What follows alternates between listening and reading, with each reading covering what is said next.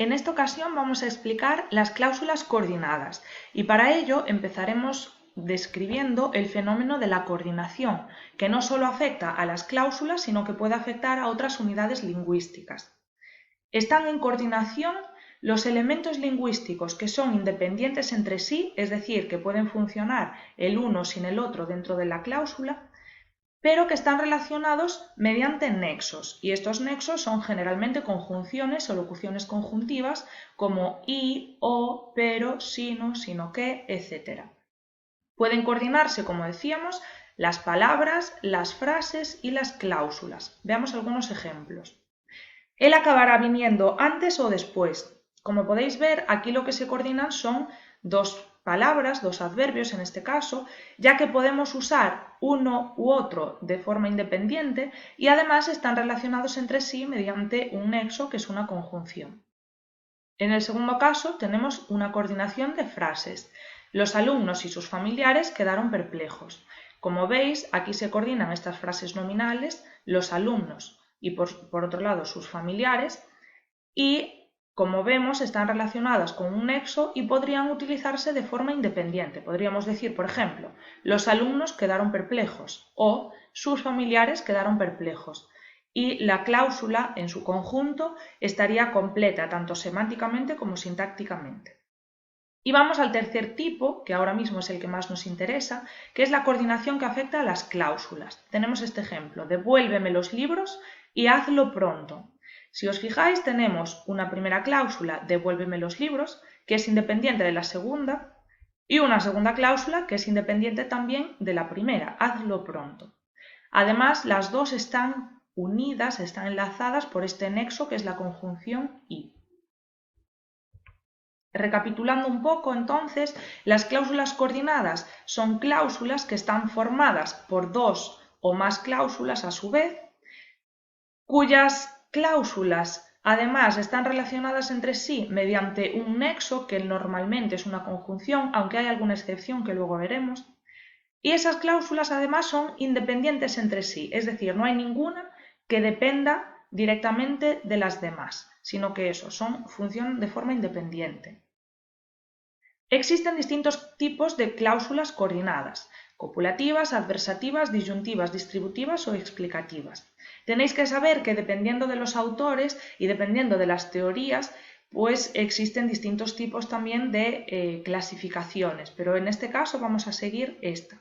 Que sepáis que, por ejemplo, hay algunos autores que consideran que las adversativas no pertenecen a este grupo de cláusulas, o que las distributivas simplemente son un tipo de disyuntivas, que no hay que hacer diferencia entre ellas, o que las explicativas tampoco deberían pertenecer aquí. Pero bueno, nosotros vamos a seguir esta clasificación. Aquí tenemos dos ejemplos de cláusulas coordinadas, simplemente os los he puesto para que veáis que a veces las dos cláusulas de una cláusula coordinada pueden tener el mismo sujeto y en otras ocasiones pueden no tenerlo. Tenemos en el primer caso, Juan estaba viendo la tele, pero María no lo sabía. En la primera cláusula tenemos Juan, que es el sujeto, y estaba, que es el predicado, y en el segundo caso tenemos María, que como veis es un sujeto distinto, y sabía es un predicado también diferente. Ocurre algo diferente en este segundo caso. Los niños veían la tele y comían palomitas. Los verbos, los predicados son distintos. En el primer caso tenemos veían y en el segundo tenemos comían, pero el sujeto es el mismo para los dos, para las dos cláusulas. Los niños veían la tele, los niños comían palomitas. Bueno, simplemente para que sepáis que existen ambas posibilidades. Vamos ahora a ver más pormenorizadamente los distintos tipos de cláusulas coordinadas. Empezamos con las cláusulas copulativas. Como su propio nombre indica, las cláusulas copulativas sirven para expresar suma, para expresar una añadidura, digamos, un añadido de información, ¿sí? Adición. Los nexos más habituales son y, o ni. El ni se indica para las cláusulas negativas y el i y el para las afirmativas generalmente.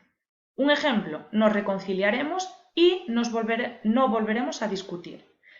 Tenemos la primera cláusula, nos reconciliaremos, y añadimos una nueva información con la segunda cláusula, no volveremos a discutir. Vamos con el segundo caso, las adversativas. Sirven para expresar contraposición. La segunda cláusula añade contraposición con respecto a la información que habíamos expresado en la primera.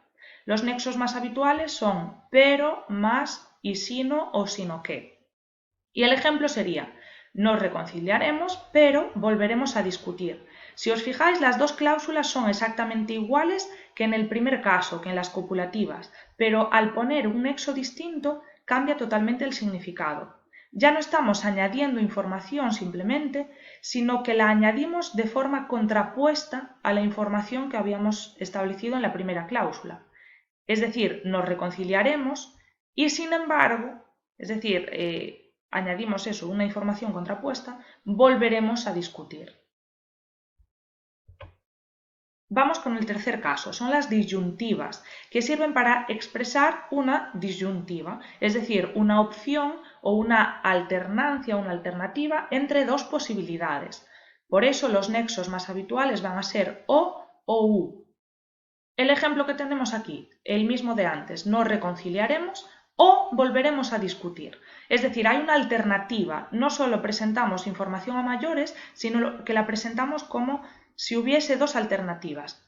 Nos reconciliamos o si no, en el caso contrario, volveremos a discutir. Hay esas dos posibilidades entre las que se pueden elegir. Vamos con las distributivas, que como os decía antes, algunos consideran que son un tipo de disyuntivas, porque en realidad sirven para expresar también acciones alternas.